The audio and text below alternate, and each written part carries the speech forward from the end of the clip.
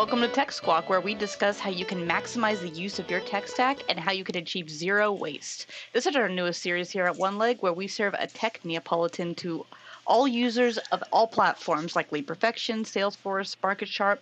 We let you taste it and enjoy. I'm Casey Urias, and today we're having a gathering of tech alchemists, including Steven and our mastermind, Vic Sun. Steven and Vic, how are things going?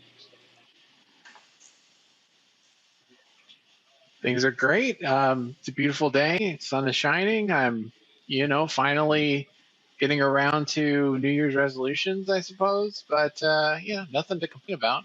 Vic, how you been? Dean, I just returned from a trip going around and meeting new clients and existing ones. So overall, pretty excited. How about you, Casey? How are you doing?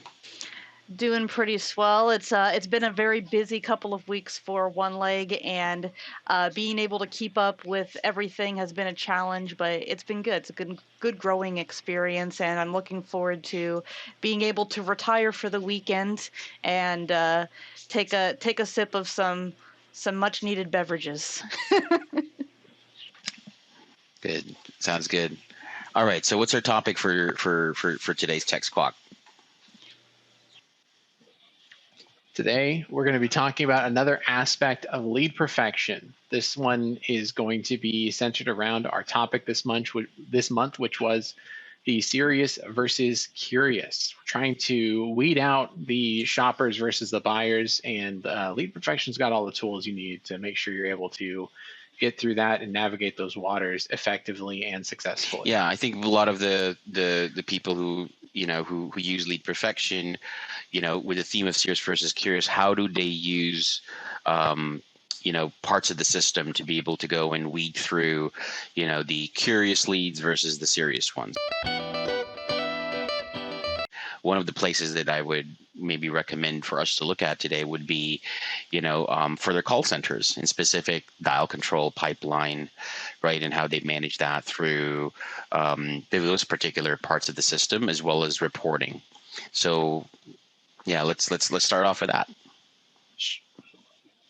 Sure. Yeah. Took the words out of my mouth here. We got going into exactly what you mentioned, the dial control center. I find I don't see a lot of people utilizing this, or maybe if they have it going on, it's usually tied into those who have like a 5.9 system. But you don't need to have a dialer to use the dialing function within lead perfection. Little known fact, but still very useful. If you got lead perfection under your belt, might as well take a gander at the dial control page. Instead of talking about it, how about I bring it up here? Give me one sec. Personally in front of my face. I think that's going to be the best experience that I could have today. This is going to be a real treat for those who watch us on YouTube. They're going to see the screen coming up. Zoom in a little bit there, Steven, so that we can, sure. Yeah, we don't need to see the entire page, but it's a good way to just kind of make sure that. Yeah, so there you go. So you've got the dial control, and this is a sample from our own account. It's clear. So why don't you go through some of the existing default queues, which is really, it's been built really well by Bob Rubertone and his team. They pretty much have everything out of the box that you could maybe start off with, right, when you're dealing with your controller for kind of segmenting or putting a funnel, or a bin, for how you separate your leads. That's right. So the dial control function is a way to automatically follow up on your leads. This isn't just this might be somebody who's interested. This might be somebody who called in asking for a repair job and you don't quite do those repair jobs. Whatever that interaction is going to end with, depending on how you are recording your call interactions with a client, they're going to end up in one of these many buckets. So isn't lead perfection the way that they structured this? It usually starts off with data. Right. So because data is the ones that don't have appointments. And then from data, you have the ones that do actually set appointments. So now you have confirmed. So now you're separating it from data, which is every lead in the system that doesn't have appointments, right, that have never scheduled an appointment.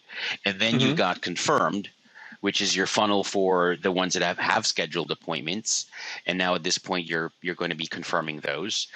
You'll usually see next day and second day because a lot of companies do 24, 48-hour type confirmations. And then you've got verification here, which really is just another way of trying to verify the information if there's something in there. Kind of a not so popular funnel, I think, because if you've got set appointments, you don't necessarily have to verify again. I wouldn't. Waste of time, I think. And it's just another phone call you have to make. Then you've got resets, which is anybody who hasn't confirmed but scheduled an appointment, or maybe they canceled. So now you're going to have to go and, reschedule those. And then you've got the inbound queue, and you've got the sale queue. So I think a lot of this is really just creating funnels, or at least using some of these funnels. But let's get back to the topic here, which is how does that relate to serious versus curious? Well, I'll tell you exactly how it relates to the serious versus curious. So these queues are designed. I've added myself to the data normal queue, and I've added myself to the resets queue.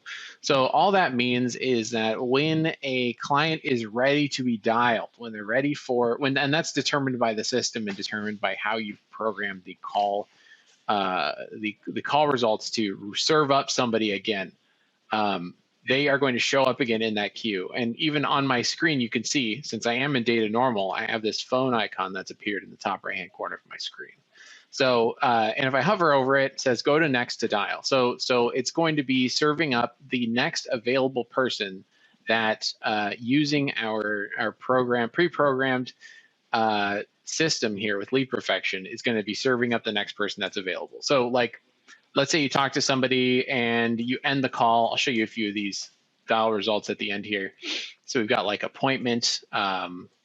There's confirmed, no answer, hung up. For instance, if somebody hung up on you, you'd want to try to give that person a call back more quickly, right? Because maybe it was maybe they ended the phone call abruptly. Maybe it was like they disconnected, and you want to try to call this person back. That would be an instance where they would show up again very quickly on the dial. I'll go to next to dial here. I'll go ahead and say, since I didn't so people aren't really not dial. They don't really need a dialer for this. This is just a way to be able to manage, the prioritization of how calls are going to be made. So let's go back to the dial control. So what you've shown there is really that how the dial control works. Mm-hmm.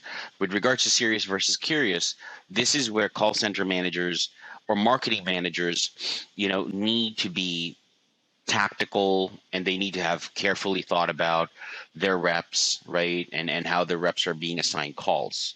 So you've covered the part where people are being assigned the phone call, and then here's the activities that they need to be able to show that they've connected or they've not connected, or what's happened with their activities. I think what we should discuss is how the dial control is being used by managers, by management, right? Or supervisors, so that they're able to target and contact the people who are serious versus curious, for example, segmenting those, and then how they're going to monitor that, right? So that they can go and start calibrating. Because a lot of the times I think most companies are set and forget. They'll just go, well, let's go ahead and put everyone on data normal or inbound queue because they're our hottest leads, when the newest leads aren't always the serious ones, right? So true. Yeah. Well said. So how does? Yeah, go ahead. I wanted to ask you, because you guys are the call center experts, and this one is something that I'm a little bit less familiar with. So I wanted to ask you guys, you can add in more items on this queue list, correct? Like that corresponds, like if you were trying to segment those customers out to be more detailed, would you be able to edit those in there? Yes, essentially go to setup. Like you will go to setup, and then you'll go to, this is actually part of the place that we need to be showing people that maybe they're not utilizing correctly. So you go to setup and you go to call management, and then you'll see a pop-up here, and now you'll see all of these. Now, one of the places that we'll go to each of them really quickly. Let's go to result codes, and maybe you can just right-click and see if you can pull up another tab there. And on the result Okay. codes, what you see here are things like what Stephen was showing earlier, where once I get this into my agent, and now the agent has it, because the system's going to dictate what leads are going to call first, right? Or what prospects they're going to be contacting. Now it's there. These are the result codes, right? These are the dialing codes, for example, right? What has happened, and then you'll notice here that there's deferral times. So if you go to the very top here, Stephen, you'll see that there's deferrals. Now, the mistake that a lot of call center managers and people do is they simply go and look at this from a very linear level. They go, well, if they don't answer and it says 300 on the deferral, that's in minutes, right? So that's 60 minutes times 5 is 300. So that's 5 hours. We'll call them again in 5 hours. Okay, and so on and so forth. And you see here things like bot competition, and that's probably more than a year, right? That you're going to wait more than a year to be able to. That's 525,600 calculated is it was like 1 year 12 exactly years. in minutes. You clearly 1 have year. not Okay, watched so Rent. I think I've heard so that. yeah, so for example, Sorry. these ones, the biggest mistake that I'm going to point out is that a lot of call center managers look at this, or at least companies, and they don't touch this one. That's a mistake, but it's not the biggest mistake. But two is really relying on the deferrals to kind of dictate who you're going to be contacting, right? And not relying on other pieces of information. You're basically saying, well, if I don't speak to them, or if I get some sort of input, then I will put everybody in that same box, and I'll either call them all in 5 hours, or I'll call them in a year. So there's not a lot of thought being put into there, right? Whereas what you should probably consider is this is only going to dictate when calls are coming through. You should also consider the actual funnel, right? And then start creating deferral overrides based on information that you get. So you go back to the setup now, and then once you get to setup, and then you go to call management. Setup. And then now there's going to be this place there that says deferrals, call deferrals, right? So you scroll down. It should be down here. The overrides, call deferral overrides. You missed it. It's right here. You're right there. All right. And this is a place where you can now go and say, well, what types of queues? And we already discussed that in the beginning: data, inbound, confirmation, sale. You can actually choose, right? And well, what can you make would a then queue though, one that says serious and one that says curious, and like people I can don't think easily it's sort that out? I don't think it's about setting up a serious versus curious queue. This is really about this takes a lot of work and know-how. And that's why we're discussing this, because many companies don't know how to do this, right? And so it's not easy. It's not as easy as just, well, these are my serious ones, because you already have these buckets. You're just renaming them. You need to know how to use the system so that you can actually go through these particular segments of your leads, right? Because you can have one bucket of confirmed appointments, or non-confirmed appointments rather, and you'll say these are serious leads because they're all referral set appointments, versus appointments that I need to confirm that came from, let's say, my canvassing campaign, and they may not be as serious because they're nebulous leads. So you see, like, it's not only segmenting them by funnel and even changing the names. It's really thinking through the source, and then looking at the deferrals, and then coming over here and making those adjustments. So in this case, I'll use your example, Casey, and let's say I say, you know what, I want to go to my rehash. So if you pick rehash over here, and then if the call result is for that queue is no answer, and I know rehashes, I've programmed it so that these are the ones that we just gave prices on, yesterday and the last 72 hours. And I'll go, they're still very serious, or they're more serious than curious because they've gotten pricing, they've gotten quotes, and I need to follow up with them. What you're saying to the system at this point is, I may have the call result as no answer 5 hours, that's going to get overwritten, because anything that has a no answer that's in this funnel in specific will now be contacted every 10 hours, right? So maybe I'll go, instead of 5 hours, I want it to be 10 hours. Okay. And that tells me, because I've just given them quotes, I need them to think about it. I don't want to keep calling them every 5 hours. But you see, this is one part of the system that is almost always misused by a lot of companies, or they're not using it. Because what they do is they simply say, every time I don't have somebody pick up the phone and it's no answer, it doesn't matter what funnel it is, it doesn't matter what source they came from, it doesn't matter the age of the lead, they're going to get a call back in 5 hours. And so you've got companies that go crazy saying, how the hell am I calling the same people over and over again, even when they have dialers? And I'm sure Stephen has experience with that, and with people who complain to us when we first meet with them with complex dialing systems like 5.9, and then they go, I'm calling the same people over and over again, and they don't understand why.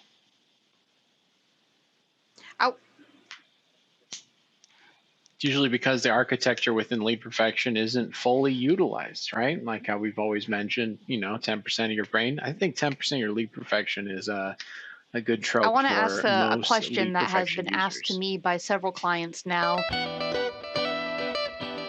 which is, how many times should you call somebody in one day that hasn't started an appointment with you? What is too much? I think that you have to look at it from, if you're looking at, these are serious people, it's not a number of times you're going to call them. What is the most likely way to be able to connect with them? And sometimes that's not a phone call.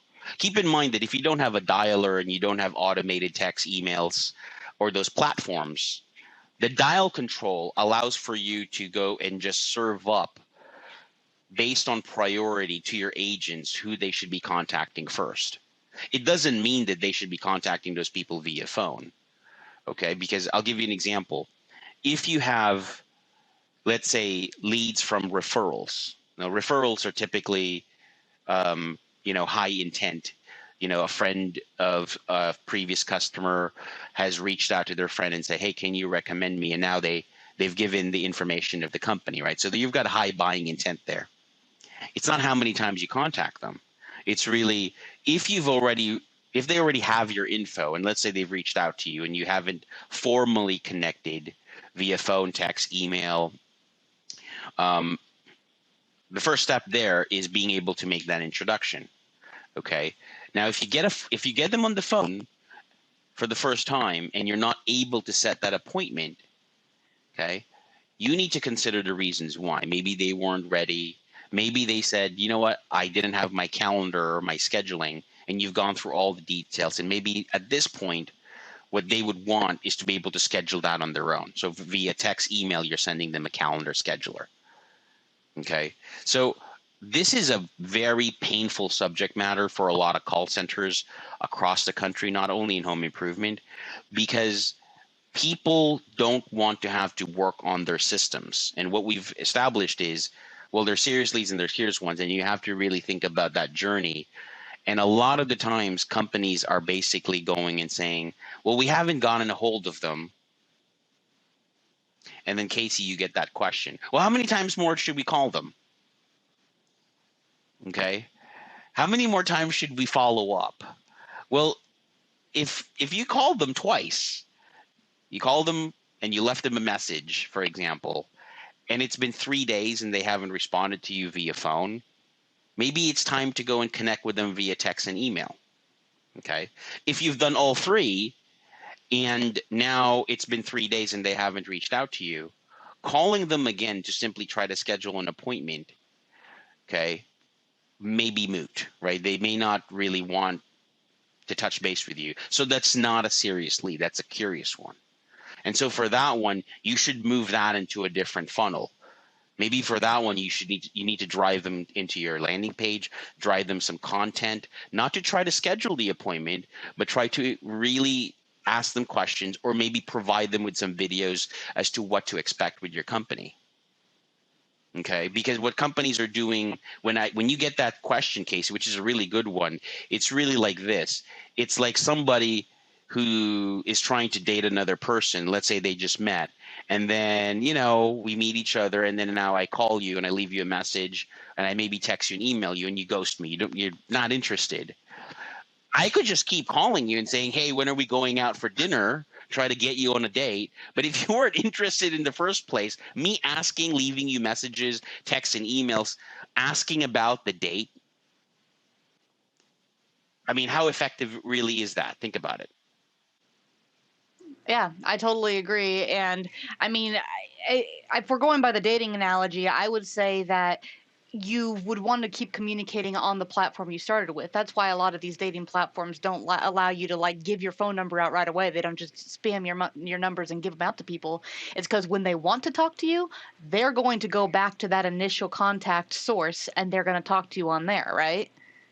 It's really as simple as use the dial control to not look at how many calls you can make and how many how many calls your agents can make. Help your agents in their conversion by looking at this and saying, look, through the journey of the client, because of existing information that I can pull from reports, because Lead Perfection has numerous reports that you can pull, right? Lead audits and call analysis and all of these other things that are useful. You can go and say, I'm going to move one person from one funnel to the other based on those particulars that I'm looking at. So for example, you may have an inbound queue and a dated new that's pretty much the same. And you're saying, well, I got this lead today. If they call that and you leave them a voicemail, a text message, and an email, right? That's a triumvirate of pieces of communication that a lot of companies are doing. And they don't respond to you in 3 days. Let's pretend that your data new is for it's for 30 days, because you're thinking, well, any new lead that's 30 days old, I'm going to keep here. You should really rethink that, because now what you've said is, oh, I've reached out to these three people. I mean, to this lead 3 times. They've not responded to me. Are they still really dating you? And then Casey, to answer your question, and maybe to have an option, maybe then you should have, well, this is a curious dating you. I'll put them here. The ones that respond are serious, so I'll put them here. And you create those rules from your call management, so that the leads are getting into the right funnels depending on their actions and their reactions to your communication. Does that make Actually, sense? it does. And thank you, because that makes a lot more sense in terms of like moving people along. I can kind of see how real life is being reflected now in the lead perfection system, using the dial control. I wanted to ask you because, especially like you, Stephen, since you've got the reins in terms of showing the screen, how do you move people along a queue? Is it manual, or Mhm. how do you move them from one area to another? I'm glad you asked. So that's all done through the the call deferrals or the call results. So whatever that conversation was you had with somebody, we just spoke about it briefly a second ago. But I mean, if it's going into a new queue or a new what they call as a pipeline here in the system, this is really kind of like the pulse on where people are in your system. Now, I'm sure you probably have if you click on your pipeline, you probably see a ton of these numbers here, as far as like maybe five people in one pipeline, 20 people in another, maybe hundreds. I'm not sure. But this is how you're going to tell how many leads are in the pipeline, and then how many are available for you to call. So once you've dialed through everybody within one pipeline, depending on what that call deferral or what that call result was, they're going to end up in another queue. Now, they may just be stuck in the same queue for a certain amount of time, but let's say if they were just somebody who was curious and they ended up purchasing from somebody else, and they said never call me again, well, they would end up in like another queue that's down Stephen, here, and go you can back see it under to the setup and then pipelines. call See, management, now the pipelines. because I think one of the Yeah. things that we need to show Yeah. the audiences, right? Go to call queue detail, right? Right. So Casey's question, well, how do you manage them here so that they're going through the funnels? This is one way to do it, right? To call queue detail, you'll see that you've got those particular buckets, right? Data. Let's go back to that, to the drop down again, please. Okay, so you see that you've got data, confirm, reset. Yeah. So obviously, a more complex system that addresses the serious versus curious means that you'll have more queues. Okay, you'll have more queues. This is just what the default looks like on LP. Once you have that, now you can, let's go to just data, just exit out of this, it's fine. And now you have the data one. So on this particular page, you'll see that the description and there's a tier, you got call types, weight, all of these particular columns, right? What you as the manager or the maybe you're the analyst, right, who does all of these things for planning and for execution, what you need to look at now is there are different types of data leads, just like what you see here. You got normal, new, internet, old. Again, this is not very specific.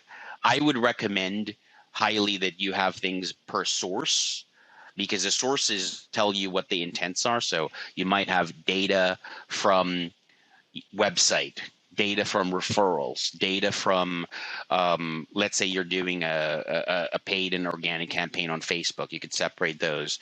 Data from your newly minted SMS campaign. Okay. Data from your short code campaign where people opt in into things. Now you're able to go and segment that by source. You can now create tiers, and the tiers are really, it's telling you normal, exclusive, and supplementary. This is quite complex with LP, but what it's saying is if it's exclusive, that means if there's any leads in that particular pipeline or funnel, your agent who's assigned to that will exclusively get that first. It's going to go and pump those out first to them. It's going to show that those ones to them first.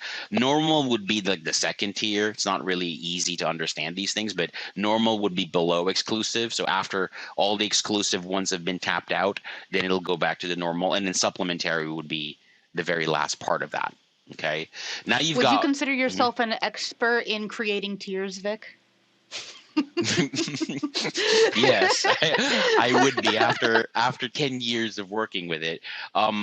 Again, I think that this is the part right here that it's not about just being an expert. It's about caring about the user's journey and understanding that, right? Because people's intent of, I want to get a lot of phone calls.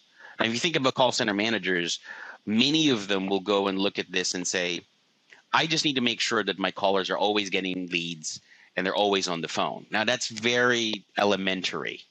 Like, you don't need a call center manager to have this in place. You have a dialer and you have this, and that's in place. But that's what they think they're supposed to do, right? To manage that part.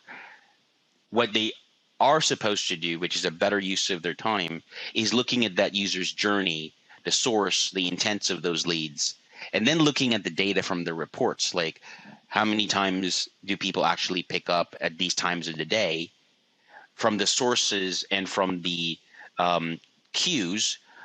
What is the performance on those queues at the times of the day per agent?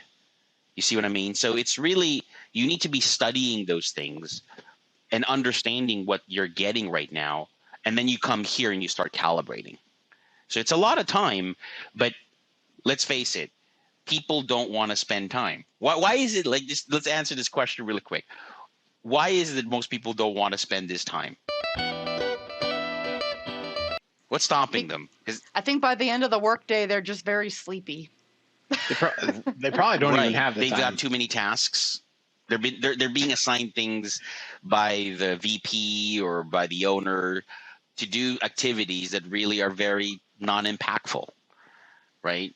Listening to calls, and I know one owner that we came across with last year, and he said the manager's job is to listen to the phone calls and try to confirm appointments. And I'm like, is your manager like some sort of savant who can pick up natural language and understand and analyze these things more than AI can, or maybe a system can? Are they able to go and confirm better than the reps? And then why the hell are they even a manager. I thought managers are supposed to make their reps better than them and replicate that over a course of many people. So Managers yeah, are it's supposed to manage, which is a really bizarre concept to a lot of people. but it's managing I think it's managing their time and where it is that they're putting that time in, just as much as the title of manager is kind of funny, right? Because you become a manager and it's like, okay, well, I'm managing other people and what they're doing, when really you don't have any control with what people are doing, especially in call centers, right? You can have as much technology as you want. People will make mistakes. They're going to, so anyway, I think part of this is, if the audiences who are listening to this and this is the first time they've been using Lead Perfection, and this is the first time that they've come across call queue detail, right? Or call deferral overrides, you might want to take a look at these things, and you might want to go and rewind to the podcast in the beginning and say, what's going on here? Because this is the first time I'm even figuring out that there are these tools and features within Lead Perfection that can help me granulate to the serious leads versus the curious ones. Yeah, and I think that's a good place to stop now. Obviously, this is a very robust topic, and it's not something that we could cover within 30 minutes in its entirety. However, I think you guys did a really good job showing a snapshot of what the features are on Lead Perfection, and like just giving everybody a little bit of a taste of what they can do. Like, they have that much control over their system, which is fantastic. So that's it for us today, and we hope that you enjoyed our chat and learned a couple of things. I know I did. As always, we're here at One Leg, believe that poor marketing pollutes the planet, and that business is full of tired, outdated, indistinct, unremarkable, and underperforming marketing that sucks. But what sucks even more is that many companies have forgotten what's the most important thing of all, which is the customer. So we're on a mission on behalf of clients, customers, to change that. To learn more, go to zeromarketingwaste.com, where you can subscribe to our blog and this very podcast. You can also find us and follow us by looking for the flamingo and the One Leg handle wherever you socialize online. I hope you guys have a wonderful rest of your week, your month, and your year, and you're able to get your system functioning in a way that benefits everybody. As always, birds of a feather, tech together. Have a good one.